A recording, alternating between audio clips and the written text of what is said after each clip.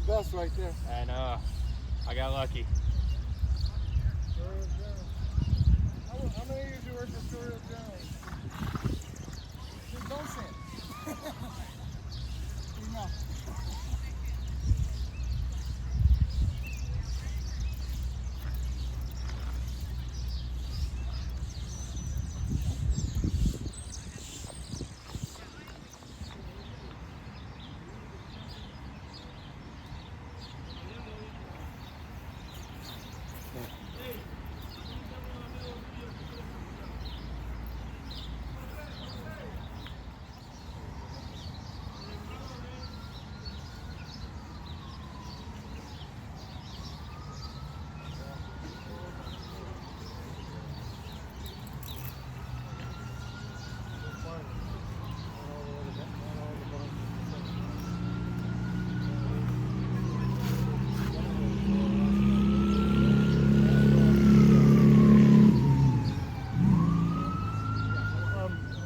Obviously, we came here wanting to run, and we were fortunate enough to draw in, and so now we're excited about running in the Derby.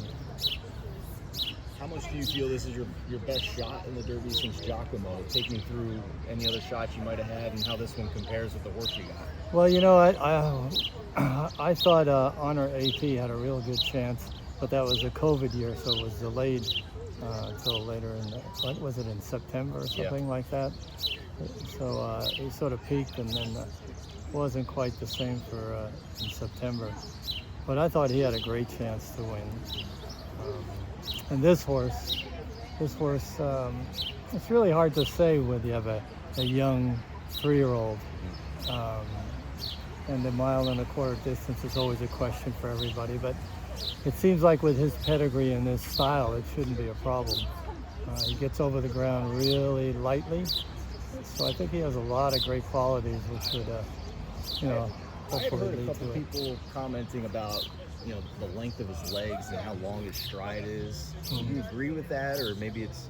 No, that's what I've mentioned a few times, that when you get a young horse into the barn, you always look for something that separates them from the other horses, and that was with him, was the way he got over the ground. 1.2 million doesn't separate him. 1.2 million, but gives you a lot of hope that he will separate himself, right? But there's a reason he costs 1.2 million. Right. Yeah, well, isn't it unique that Polka is now going to have 3 consecutive horses running in the Kentucky Derby? I don't think that's ever been done. Why might this... It's not a rematch, obviously. There's 18 other horses in the race, but why might this time be different against journalism for you guys?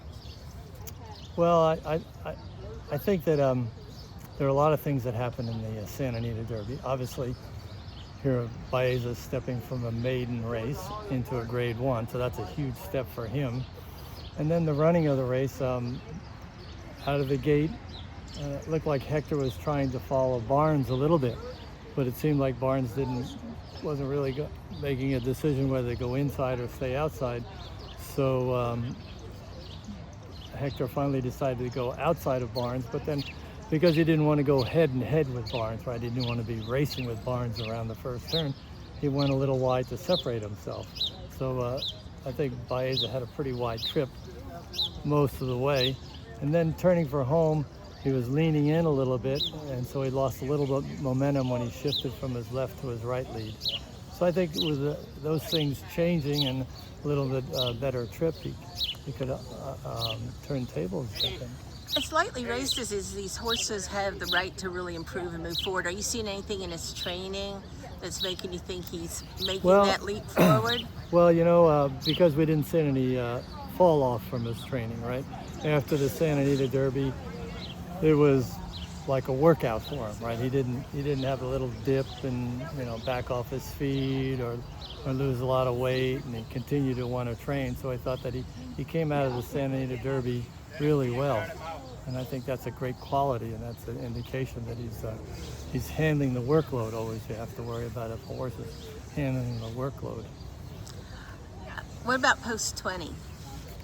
Post 20 is really good. I think we've seen it in the past.